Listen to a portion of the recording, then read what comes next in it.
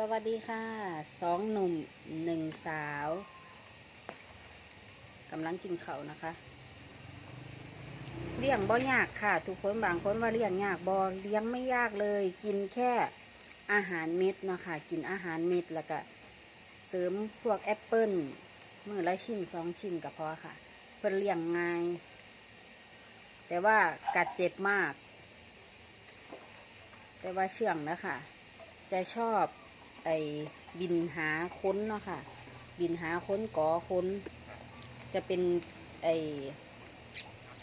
เพิ่นถือเลี้ยงกับคนมาแต่น้อยก็จะคุ้นชินกับคนแน่ตอนนี้หิวอยู่ก็สิแบบบ่ค่อยสนใจเฮาปานใดถ้าเพิ่นอิ่มแล้วเพิ่นก็จะบินมาเกาะเราเนาะตอนเปิดกรงไว้